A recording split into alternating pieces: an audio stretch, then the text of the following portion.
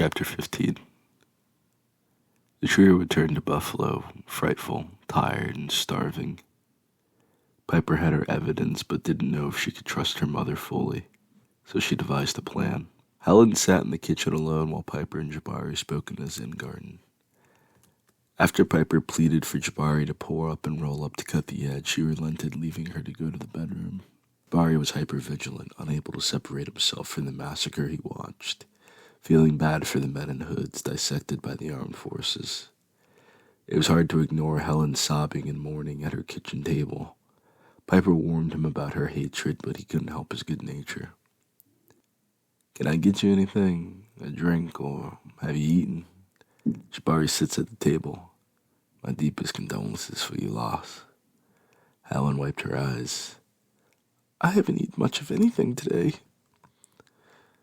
"I only had watermelon and fried chicken, is that okay?" Jabari adjusted, getting a smirk from Helen, who rolled her eyes, looking away.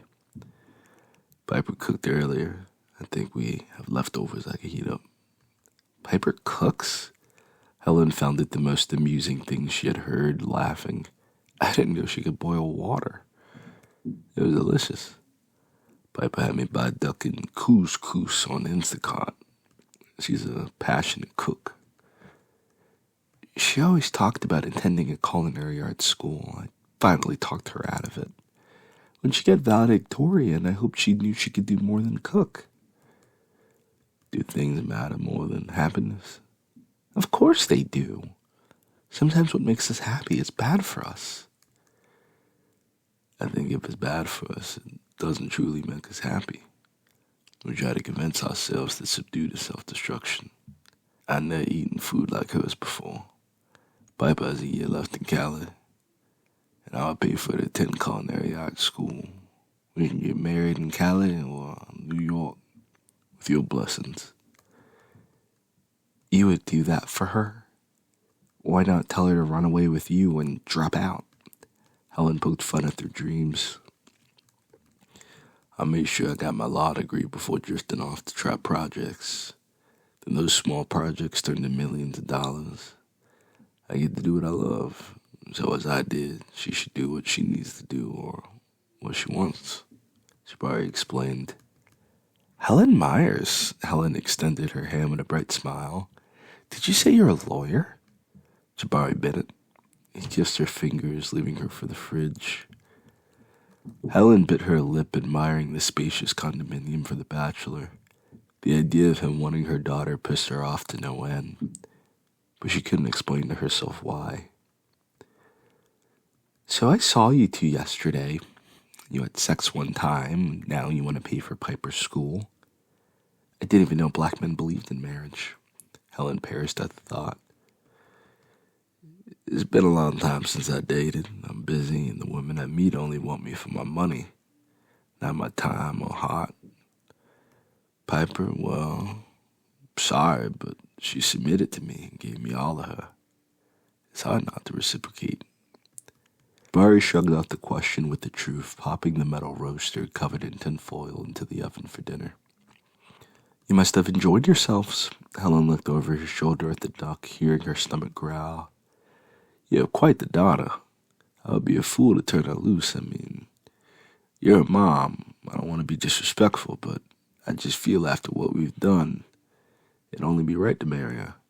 Jabari fumbled with his words, but stood on his principles. "This is my first time talking to a black man. You're as scary as I thought." Helen walks around Jabari, lifting his arms and observing him.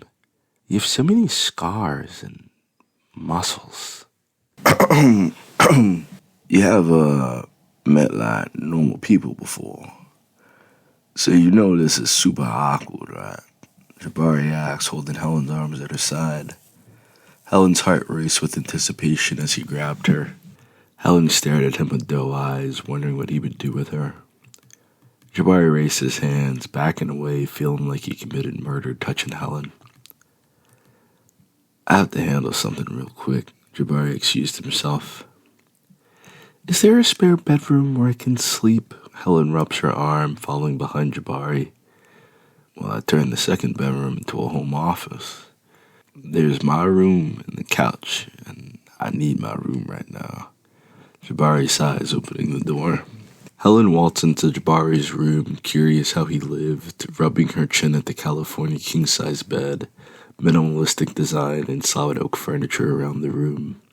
Helen sat on the bed, curling into a ball by the pillows, watching as Jabari dug into his nightstand to retrieve his weed stash.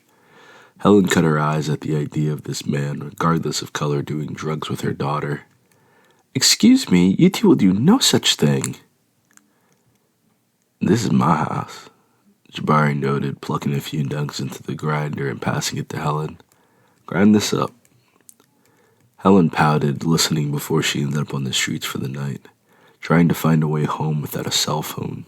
Helen sighed, presenting the grinder when her hands began hurting. Jabari broke down 2 mango Swisher Sweet cigarillos, licking their edges after sprinkling the herb in each shell. Helen watched with intrigue, closing her eyes as the odor of the marijuana met the aroma from the duck reheating the oven, enjoying how he used his tongue. "Are one of those for me?" Helen asked as a joke. "You want one?" "I might need it after tonight," Helen sighs, remembering the early days of dating Scott before his father got laid off and joined the movement. Jabari considered rolling this one for Helen, but decided against it, sparking up one he had just moved, taking a few hits before extending it to Helen. Helen stared at Jabari, biting her lip coyly and looking away. "Now you want to be shy, laying in my bed as if you belong there." Jabari noted at how Helen curled up like she owned the bed. Helen groaned, accepting the blunt and taking a smooth hit. Remembering her high school days, she smoked after school with her boyfriend, sat in his bed listening to music on the radio, and talked about their dreams and how she would become a famous singer. She would be an actress and tour the world. Then her father and mother introduced her to Scott. Helen took another pill, looking longingly at Jabari, wanting to be held but terrified of asking. "You good?" Jabari rubs her back, sending chills up Helen's spine. "Isn't Piper waiting?" Helen grew cold, turning her back on him. "I think she fell asleep, honestly. It's been a long night." "I didn't expect all this when I called Doug." "Piper says you want him to kill me." "Is that all she said?" "And you have a giant black dildo claiming to hate black people." Jabari laughs, quieting down as Helen's gaze intensifies. "Why'd you tell him to kill me?" "I told you, I watched you and my daughter. Was I supposed to be happy?" "Why not confront us outright?" "I was afraid I wouldn't be able to resist you." Helen crosses her heart, holding her neck. "I couldn't have stopped myself if you offered me the same." "Your daughter came on to me. I did not force myself on her at all." "I know, I saw you and Sophia. I found the entire scene so exhilarating." "Specifically black men. Can I make it up to you?" Helen asks, hopefully, pulling from his blunt, then exhaling in a fit of coughing. "Why don't you rest and relax, okay?" Jabari rubs her neck, scratching her scalp. Helen smiled, relaxing to his grip as he pets her like a cat. "That feels heavenly. You sure you don't want anything from me?" "Nothing I can't get from Piper." Jabari shrugged. "I'm not here to satisfy a fetish, but I will head back to your daughter." Helen nodded. "Okay." "If you hear a scream, I'm not hurting her," Jabari warns, leaving the room. "Wait," Helen calls out, fearing being alone for the night.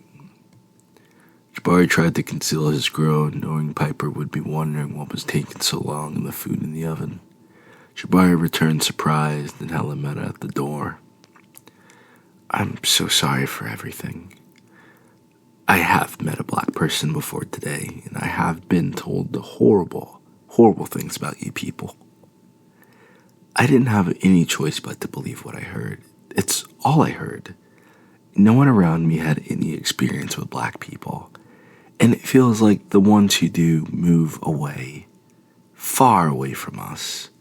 Helen rubs Jabari's arm, biting her lip as she holds his hand. "I'm sorry. Apologize to your daughter. Racism is white people's problem, and I do my best not to make it my problem. Jabari rubs his chin. Get some rest. The controller's on the nightstand. Jabari tilted his head as he saw Helen turn around, biting his thumb as the big-bottomed woman with wide hips and thick thighs from the front. Helen had such a slender waist and toned arms he could never have imagined.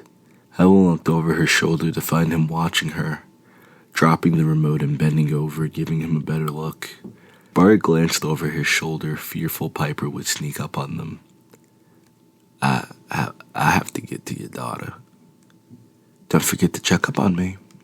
I don't want to be alone, Helen said seductively. It was hard for Helen to ignore the hard-on in Jabari's pants. The two contemplated the situation as Helen made another request. Do you have a shower I can use? Helen sits back on the bed, turning on the TV. Private bathrooms through that door, and there's one down the hall to the kitchen for guests. I don't mind if you use mine, but I haven't cleaned it. No one uses the kitchen bathroom. Jabari explained, glad he could switch focus, trying to smooth out his pants discreetly. Can you show me how to turn on the water, too? Helen sucked at her pointer finger. Come on now, you know how to work a shower. Jabari strained. Helen laughed, pointing at his pants. You're going to run off the Piper now? I thought that was because of me. Is this the real life, or is it just fantasy? Jabari asked, closing the door behind him. I need to wash first. I'm gross. Helen whines. You didn't say no. Jabari smiled with relief, cupping Helen's butt, feeling he might have wanted the mother more than the daughter. Your body is so perfect. Helen grinned at her ear, never hearing such a thing before in her life, giddy with excitement.